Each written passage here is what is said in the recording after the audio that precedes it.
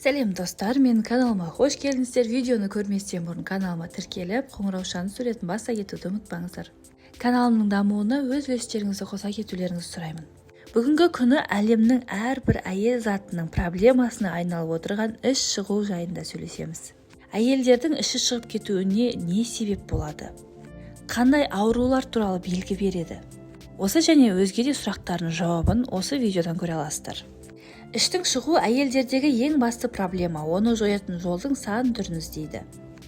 Әрқайсысын сынап көреді, нәтижесіне көз жетпей жатып құрбыларын үгіттейді. Өйткені екі әйелдің басы қосылғанда толып кеткендерін сөз етеді екен. Арықтау үшін қандай әдісті қолданып жүргенін де жасырмайды, десе де толықтық жасқа, генге, мінезге байланысты болады. Ал өзі арық, бірақ іші шығып кеткен мүсінше, ол ненің белгісі, іштің шығуына не себеп болады? Бұл туралы білгіңіз келсе, видеоны менімен бірге соңына дейін көріңіздер. Іштің шығуына іштің бұлшық етінің әлсіздігі, зат алмасудың нашарлығы, жүріс-тұрыстың аздығы, дұрыс тамақтанбау, жас қосу, стресс, ұйқының бұзылуы себеп болады екен. Біздің бүгінгі қозғап отырған тақырыбымыз өте маңызды, әрі әйелдердің жанын жеп жүрген проблема болып табылады. Бірақ ішті кетірудің медициналық та, косметикалық та, диеталық та түрін ұсынбаймын. Кез келгеніміздің қолымыздан келетін, қалтамыз көтеретін денсаулығымызға да, сұлулығымызға да пайдалы кеңестерін назарыңызға аударамын. Іш шығуының негізгі себептерінің бірі бұлшық еттің әлсіздігі. Қарын май жиналатын орын емес, оның жиналуына бұлшық еттің әлсіздігі, физикалық салмақтың жеткіліксіздігінен ішкі ағзалар төмен түседі. Салдарынан тері созылып, нәтижесінде қарын үлкейеді. Бұл кез келген нәзік жандылар үшін проблема. Қай жаста да сымбатымыздың сымдай болғанын қалайтынымызды жасырмаймыз. Қарынның шығуы асқазан мен ішек жұмысына да кері әсерін тигізеді. Сондықтан да бұл келеңсіз жағдаймен күресудің амалын қарастырамыз. Не істеу керек? Бұл бас ауыртар проблеманың шешуі физикалық салмақты көбірек салу керек. Ішке пресс жасайсыз, баяу жүгіресіз, баяу жүресіз. Мүмкіндік болса дәріханада сатылатын арнайы корсет киесіз. Іш шығуының екінші себебі зат алмасудың нашарлауы. Зат алмасу жүйесі эндокриндік және жүйке жүйесінің жұмысына жауапты. Одан бөлек мидың жұмыс істеуіне септігін тигізеді. Егер сіздегі қалқанша безде немесе жүйкеңізде қандай да бір өзгеріс болса, онда дұрыс тамақтанбағаныңызда, диета ұстағаныңызда, тіпті жаттығу жасағаныңызда көмектесе алмайды. Аталған ағзаны емдемейінше ішіңіздің кішіремейтініне сенімді болыңыз. Не істеу керек? Егер қалқанша без ауруының күмәніңіз болса, онда уақыт созбай эндокринолог дәрігердің қабылдауына жазылыңыз. Тіпті невропатолог маманмен де кеңесіп алудың артықтығы болмайды. Үшінші себеп жүріс-тұрыстың аздығы.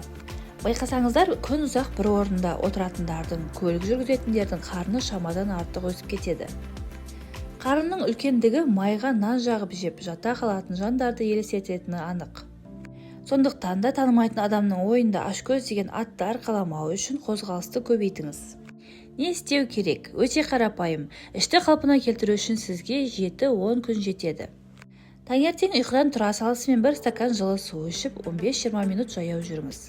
Жылы су ішудің пайдасы туралы білгіңіз келсе, сілтемесін видеоның астында қалдыратын боламын. Жаяу жүріп болғаннан кейін қарама-қарсы душ қабылдаңыз. Сосын ішке пресс жасап алып, 1 сағаттан соң таңғы асқа отырыңыз. Міне, осы кеңесті үзбей әрі уақытылы жүргізсеңіз, өзіңіз ойлаған сұлу мүсіннің иесі боласыз. Төртінші себеп дұрыс тамақтанбау. Егер сіз тамақтану мәзіріңізді ыстық шоколад пен май жағылған тоқашты алып тастасаңыз, бірінші проблемаңызды шешесіз. Өйткені бұлай тамақтану ағзаның дұрыс жұмыс істеуіне кедергі келтіреді де, нәтижесінде ішіңіз үлкейіп, денсаулығыңыз нашарлайды. Біздің дұрыс тамақтану дегеніміз майды, ақуыз бен көмірсуды бірде-бір көлемінде қабылдау. Тап осы сәйкестің сіздің дұрыс тамақтанатыныңызды айғақтайды. Егер сіз күш салып жұмыс істейтін болсаңыз, ақуызды азайтып, есесіне май мен көмірсуды көбейту керек. Сондықтан да денсаулығымыздың басты қаруының тамақ екенін ескерсек, оның дұрыс, уақытылы әрі құнарлы болғанына да көңіл бөлуіміз керек. Тамақтану мәзіріңізді май, ақуыз, көмірсу, жасұнық, дәрумендер мен минералды заттармен толықтырыңыз.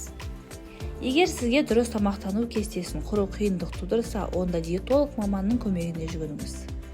Бесінші себеп жас қосу. Адам жыл сайын бір жас қосады. Тәніміз бен терімізде өзгеріс болады. Жас ұлғайған сайын қалқанша бездің жұмысы нашарлайды, эстрогеннің көлемі азаяды. Әсіресе қимыл қозғалысы көп әйелдердің қуаты кемиді де қарны шыға бастайды. Одан бөлек климакс басталғанда да әйелдердің іші қатты өзгеріске ұшырайды. Бұл түсінікті жағдай. Етеккірдің үзілісі кейбір гормондардың бөлінуіне кері әсер етеді. Тәбеті де өзгеріп, тәттіге құмарта бастайды. Бірақ ішті кетіру үшін диета ұстау, аштыққа отыру өте қате шешім. Бұл әдіспен керісінше саулығыңызды құртып аласыз. Нәтижесінде ұйқысыздық, теңселу, тері ауруларына шалдығасыз. 6-шы себеп стресс. Көтеріңкі көңіл күй мен болашаққа деген сенімділік әдемі мүсіннің кепілі.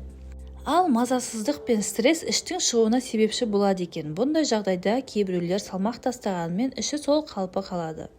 Ал жағдай тұрақталған соң жоғалтқан салмағын қайта жинап алады. Стресс кезінде адам ағзасындағы кортизол гормоны белсенді түрде бөлінеді. Нәтижесінде майдың бәрі қарын мен желкеге жиналады. 7-ші себеп ұйқының бұзылуы. Ұйқының қанбауы мен көп ұйықтау салмақтың артуына әрі іштің шығуына ықпал етеді.